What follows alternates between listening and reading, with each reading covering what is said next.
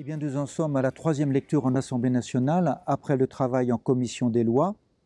Et cette commission a reçu le projet de loi tel qu'il est sorti du Sénat et a changé tout ce qu'avait proposé le Sénat, sauf une disposition qui est la possibilité de pratiquer une IVG pour détresse psychosociale.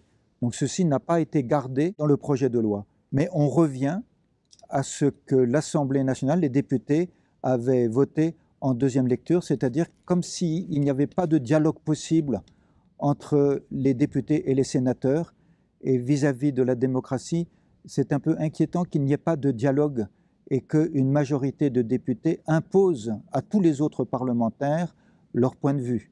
Il y a là quelque chose de dangereux pour la démocratie. En tout cas, nous en sommes là, dans cette discussion entre les députés qui s'appuient uniquement sur l'évacuation par la commission des lois de toutes les propositions faites par les sénateurs.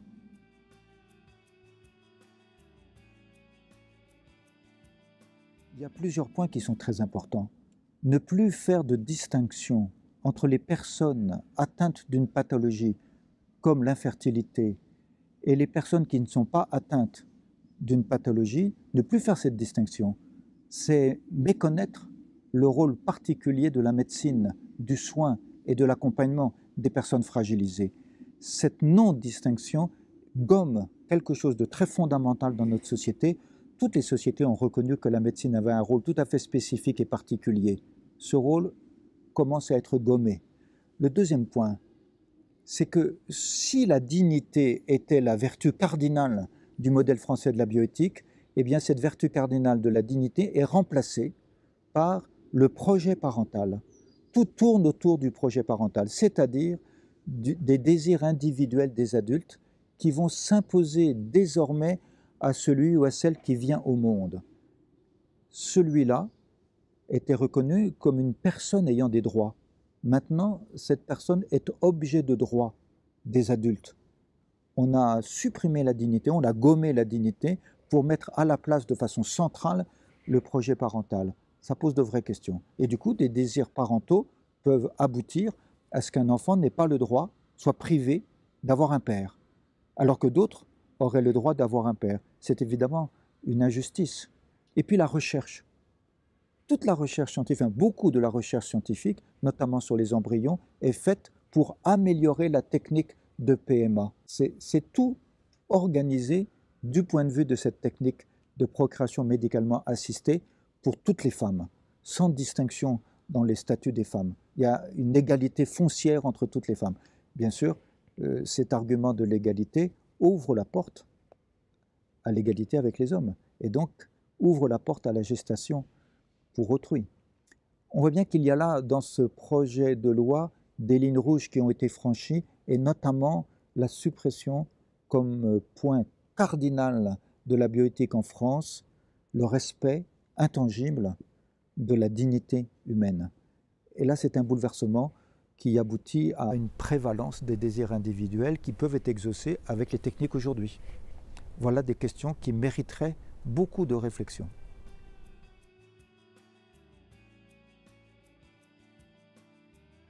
Oui, bien sûr qu'il y a des évolutions positives. Par exemple, il est beau de penser qu'un enfant a le droit de connaître ce grâce à qui il est venu au monde.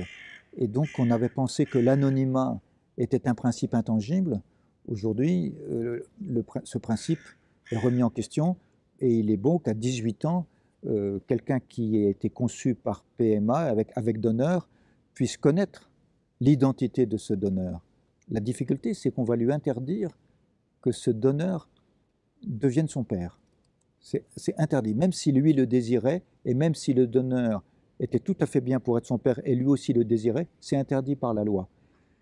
Donc, mais c'est positif. Il y a un autre point qui est positif, c'est la grande distinction qui est faite entre la recherche sur les embryons humains et la recherche sur les cellules souches embryonnaires. C'est sûr que les lignées des cellules souches embryonnaires proviennent d'un embryon humain qui a été détruit, et donc en soi, ce n'est pas tout à fait acceptable. Mais déjà, dire qu'il y a une distinction entre les deux, ça permet de mieux réfléchir à qu'est-ce qu'on fait quand on touche et quand on détruit un embryon humain, quand on touche à l'intégrité de l'embryon humain, il faudra arriver un jour à réfléchir sur ce sujet. Ce n'est pas un obstacle à la recherche de préserver l'intégrité de l'embryon humain, mais c'est obliger la recherche à chercher d'autres voies pour pouvoir améliorer le soin de l'être humain in utero. Donc, quand le fœtus est porté dans le sein de sa mère, c'est magnifique de pouvoir le guérir. Et c'est beau de pouvoir étudier le développement embryonnaire, mais pas, pas en détruisant un embryon humain.